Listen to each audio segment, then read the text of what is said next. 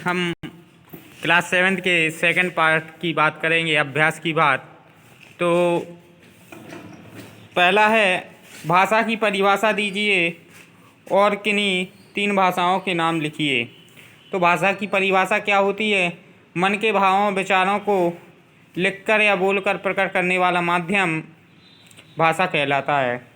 अब किन्हीं 3 भाषाओं के नाम, तो डोगरी है, कन्नड़ है, तेलुगु है, और दूसरी विदेशी भाषाओं के तो रूसी है, फ्रेंच है, चाइनीज है, अंग्रेजी है।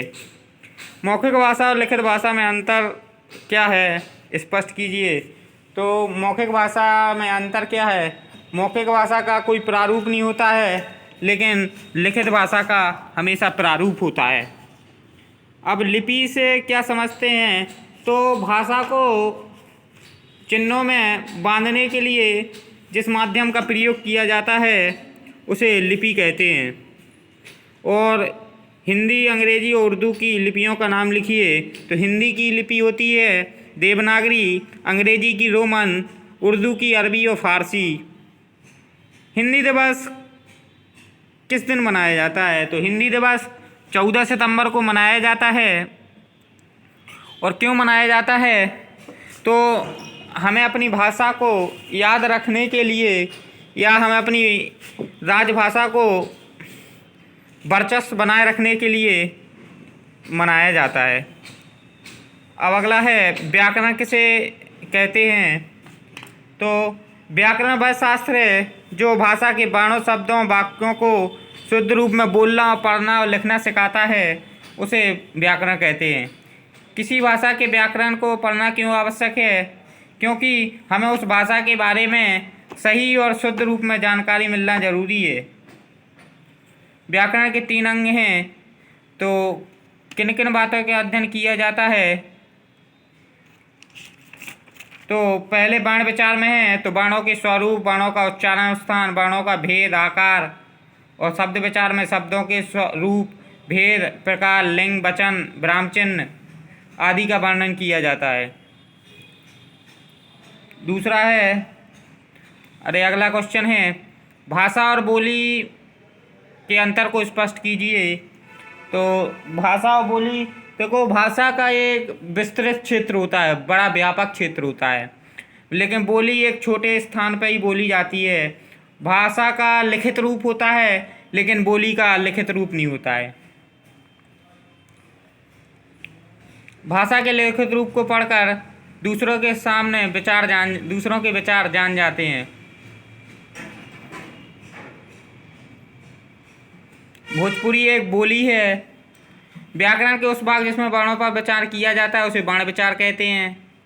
भाषा का शुद्ध ज्ञान व्याकरण कराता है। देवनागरी लिपि में लिखी जाने वाली भाषा हिंदी है। हरियाणवी हरियाणा की बोली है।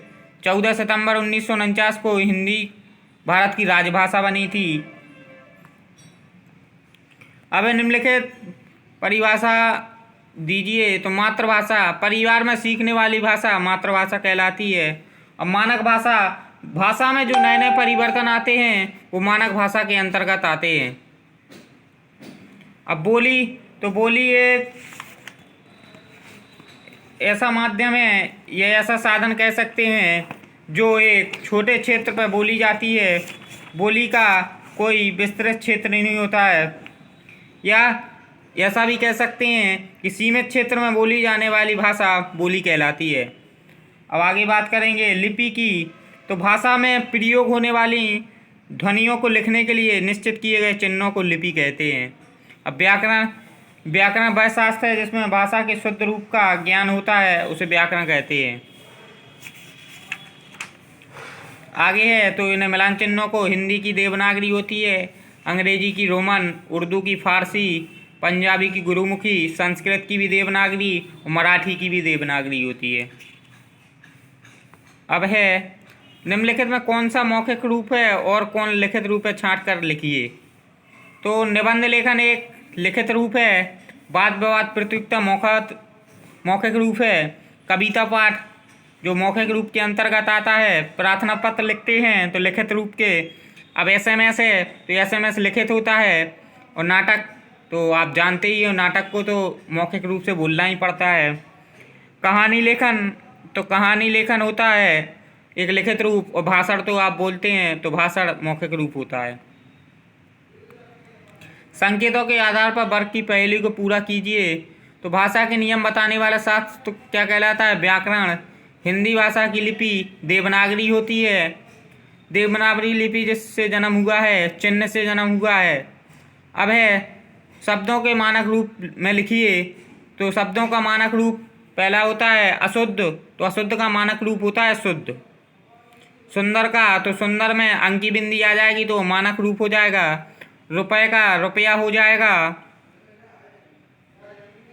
डंडा का, तो ये इसमें बिंदी आ जाएगी। संबंध में अब संबंध सीधा लिखा जाता है, बिंदी लगाई जाती है। अब झंडा को भी बिंदी के माध्यम से भी दिखाया जाता।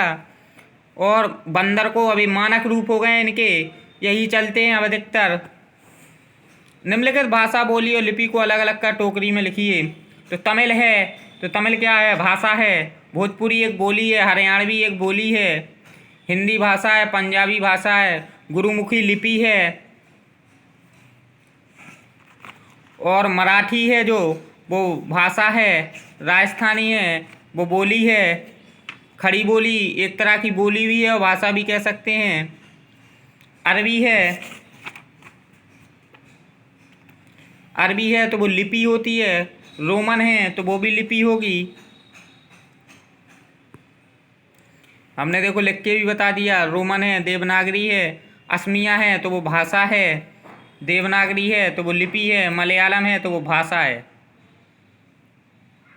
अब है सही विकल्प पर सही चिन्ह लगाइए। निम्नलिखित में कौन सी लिपि दाईं से बाईं ओर लिखी जाती है? तो देवनागरी लिपि एक ऐसी लिपि है जो दाईं से बाईं ओर लिखी जाती है।